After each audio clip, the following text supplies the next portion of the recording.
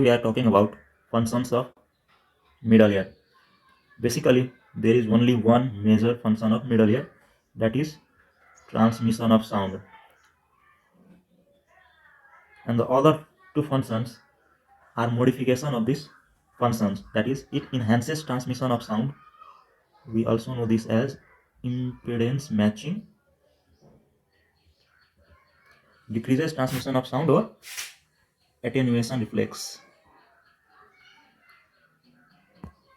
But these two functions are modification of its function number one, that is transmission of sound. Let's talk about first function, that is transmission of sound. We know there are two pathways for sound conduction: air conduction and bone conduction. So middle ear is a pathway for sound conduction in air conduction.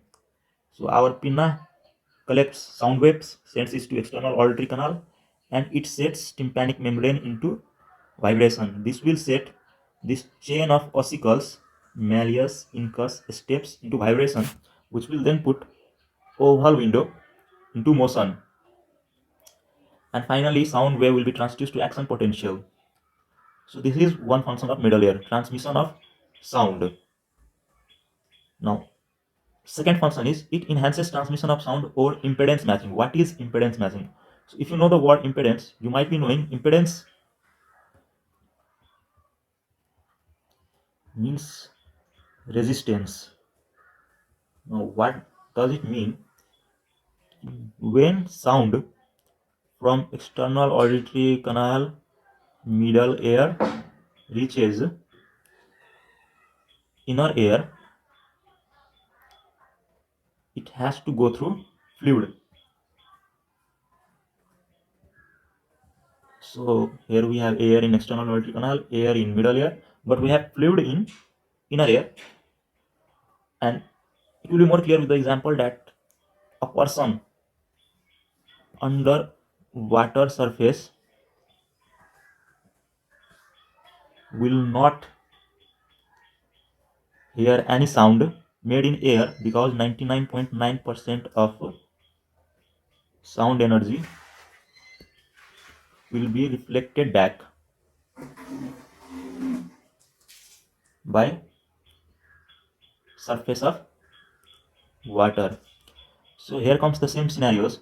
There is air in external ear, there is air in middle ear, but there is fluid in inner ear.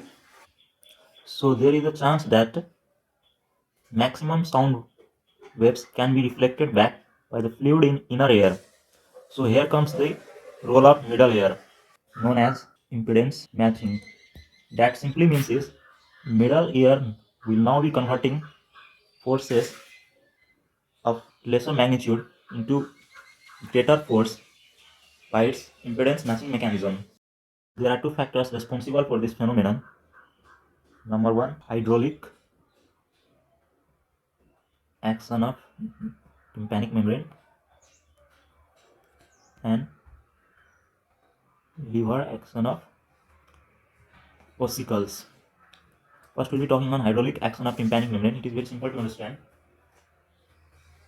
that surface area of tympanic membrane is 55 millimeter square, and the surface area of stapes foot plate is 3.2 millimeter square, which gives the advantage of 17 times.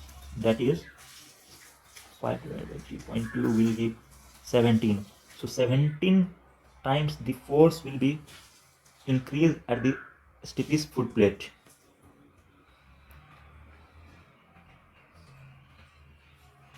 Another one is lever action of ossicles. The handle of malleus, this handle of malleus is 1.3 times longer than long process of incus. That gives a mechanical advantage of 1.3 times. So total advantage that we got is 17 into 1.3, that is about 22 times. So sound wave reaching middle ear will be magnified by 22 times as it strikes inner ear, which is known as impedance matching mechanism. And why this magnification is important? Because the fluid in inner ear will be reflecting most of the sound energy if middle ear does not increase this force.